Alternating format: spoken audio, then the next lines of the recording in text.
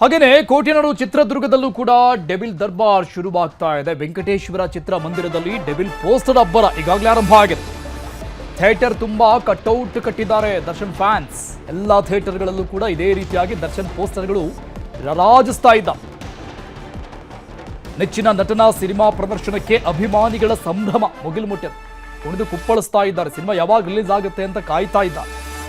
Theatre ಬಾಗಿಲಿಗೆ ಹೂ, ಬಾಳೆ ದಿಂಡು, ಮಾವಿನ ಸೊಪ್ಪಿನ ತೋರಣ ಎಲ್ಲವನ್ನ ಕಟ್ಟಿ ಸಿಂಗಾರ ಮಾಡಿದ್ದಾರೆ.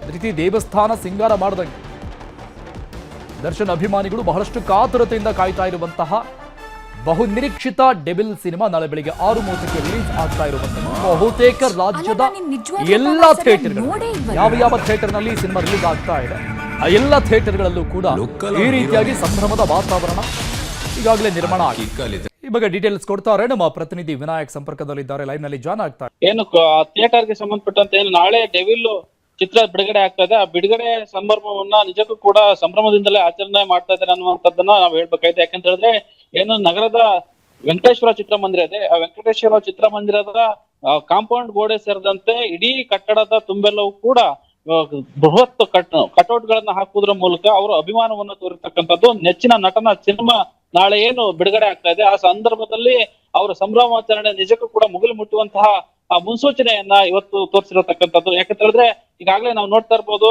ಏನು ಆ ವೆಂಕಟೇಶ್ವರ ಥಿಯೇಟರ್ ನ ಮುಂಭಾಗದಲ್ಲಿರ್ತಕ್ಕಂಥ ಎಂಟ್ರೆನ್ಸ್ ಗೇಟ್ ಏನಿದೆ ಆ ಗೇಟ್ ಕೂಡ ಹೂವಿನ ಅಲಂಕಾರವನ್ನ ಮಾಡಿರ್ತಕ್ಕಂಥದ್ದು, ಮತ್ತೆ ಬಾಳೆ ದಿಂಡುಗಳನ್ನ ಕಟ್ಟಿರ್ತಕ್ಕಂಥ, ಮಾವಿನ ಸೊಪ್ಪನ್ನ ಕಟ್ಟಲಿಕ್ಕೆ ಮುಂದಾಗಿರುವಂತದ್ದು. ಎಲ್ಲ ಏನು ಅಭಿಮಾನಿಗಳಿದ್ರೆ ಎಲ್ಲರೂ ಕೂಡ ಅವರದೇ ಒಂದು ಜವಾಬ್ದಾರಿಗಳ ಮೂಲಕ ಇದು ನಿಜಕ್ಕೂ ಕೂಡ ಅವರ ಅಭಿಮಾನವನ್ನು ಹೊರಹಾಕುವಂತಹ ಪ್ರಯತ್ನವನ್ನು ಕೂಡ ಮಾಡಿದ್ದಾರೆ. ಜೊತೆಗೆ ಏನು ನಾಳೆ ಏನು ಬೆಳಗ್ಗೆಯಿಂದಲೇ ಚಿತ್ರ ಪ್ರದರ್ಶನ ಆಗ್ತದೆ ಅನ್ನುವಂತ ಮಾಹಿತಿ ಈಗ ಲಭ್ಯ ಆಗ್ತಾ ಇದೆ.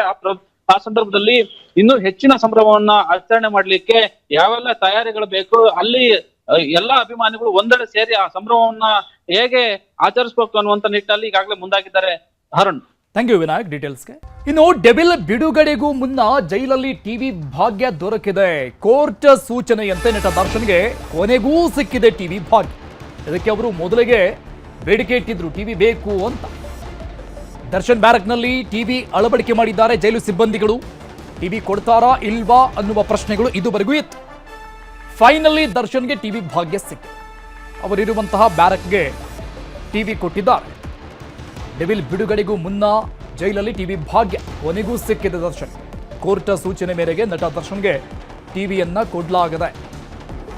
ದರ್ಶನ್ ಬ್ಯಾರಕ್ನಲ್ಲಿ ಟಿವಿಯನ್ನ ಅಳವಡಿಕೆ ಮಾಡಿದ್ದಾರೆ ಜೈಲು ಸಿಬ್ಬಂದಿಗಳು. ಇವತ್ತು ಮಧ್ಯಾಹ್ನ ದರ್ಶನ್ ಬ್ಯಾರಕ್ಗೆ ಟಿವಿ ಅಳವಡಿಕೆ ಆಗಿದೆ. ಡೆವಿಲ್ ಸಿನಿಮಾ ರಿಲೀಸ್ ಹಿಂದಿನ ದಿನಾನೇ ಟಿವಿ ಸಿಕ್ಕಿದೆ ಕೊನೆಗೂ ಕೂಡ ದರ್ಶನ್. ಈ ಟೆನ್ಷನ್ ಅವರಿಗೆ ಬಹಳ ಇತ್ತು.